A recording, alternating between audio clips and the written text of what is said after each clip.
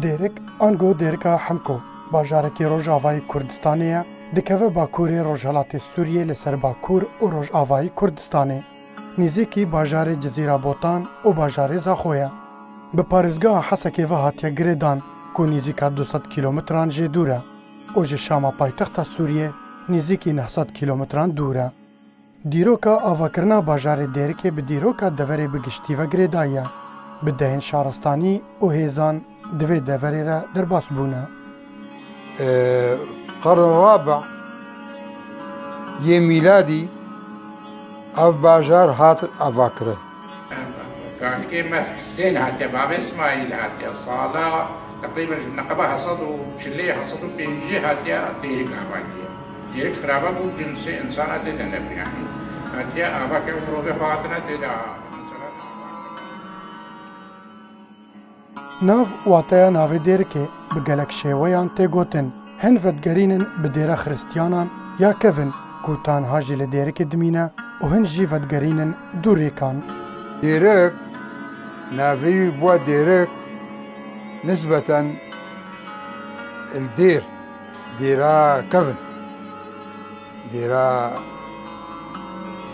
ي مرمي عضرة هي ديركا كفنا إجا ديرك يعني ديرك أبا ديريك نافي دريك هاتيا بري ريكا بريك وصليبي نيفا وكا جم كاني عسكري ريك بريش ملي قاعد تشوف المستسانة وبريه ده الجزيرة رياتر منطقة زمار طلع فريوا ده بتشو ميردين الويدة تقاطع ده بريك الجهد ديريك ده عوافي تقاطع الريدة الويدة ديريك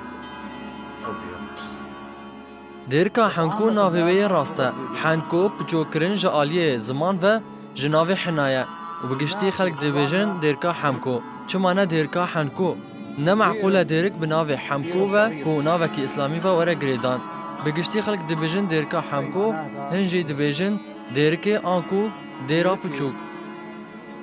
يعني الدير الصغير Bajarê Dêrikê ji Kurd û Siryan û Aşûr û hin hozên Ereb pêk tê û jî aliyê olî ve ji musulmanan û xristiyanan pêk tê. مكوناتي وي حاليا في زمانها سرياني هنا وكرد وهنكي عرب Dêrik ta berî salên sihî ji sed sala bîstan girêdayî bi Cezîra Botan vebû. Ji sala 1929 ango ji demê rêkeftina sazkirina Sînûr ya ku di navbera Sûriye û Tirkiye de Dêrik êdî bû beşek ji nexşeya nû ya Sûriye û di wê demê de hêzeka Frensî lê bicih bû û qijleyek lê ava kir ku tanha ew qijle lê dimîne. وقت فرنسا هاتي فيدي طبعا فرنسا ند وقت سوري ده هاتي فيدي 1990 كانت سوري ده بس 1920 هي دمر قاقو باب الحديد وفردها ديرك منطقة ديرك 20 هي تبي جمهورية سوري طبعا فرنسا صلاة 1906 كانت كتت منطقة منها دي المنطقة دي كده 1906 هنجي والله نوكاني والله مالا برادي جبري حكيم أبو Taweke îro jî zeviyên Dêrikê di navbera malbata Abdulganî û dêra xristiyanî de dabeşkirîne ku beşek ji Siyan ya malbata Abdulganî û du beş ji Siyan yê dêrê ne ew jî ku ji aliyê Rizqilla Anton ve berî koça xwe ya dawî bike ji bo dêrê hatibû diyarîkirin. مو رزق الله أنطون في جهة بريدة كده رزق الله أنطون رزق الله أنطون أساس براخة بدي ما بدي حجي وده ما بدهم فرشنا زي فرشنا ما حجي كتب البرد حجي زاني بلا برد شهري مراوي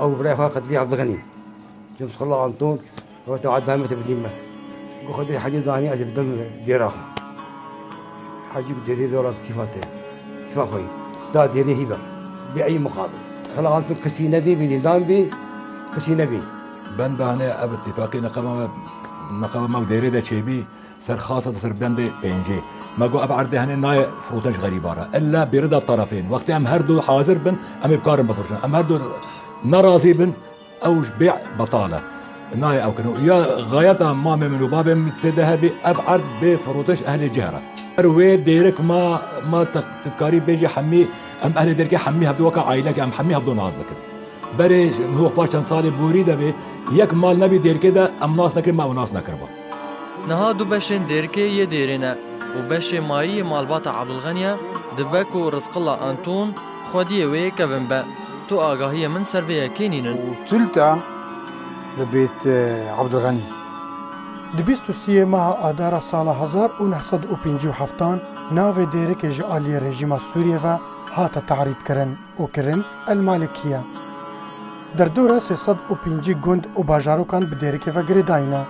Hejmara neşteciyên dêrikê weke bajar nîzîka 75,000 kesan e û weke navçe derdora 400,000 kesî ye.